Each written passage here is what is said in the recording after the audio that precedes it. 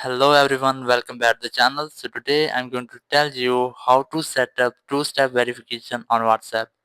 If you are using WhatsApp and now you want to disable or set up two-step verification for access security, so let's see how can you do this.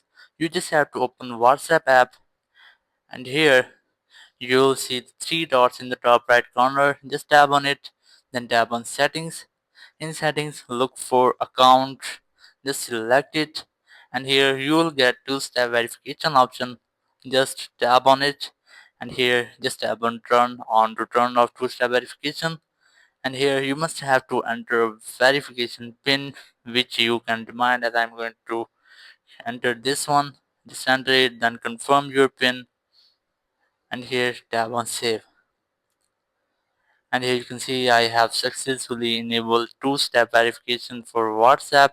Thank you very much for watching the video. Until the next video, bye bye.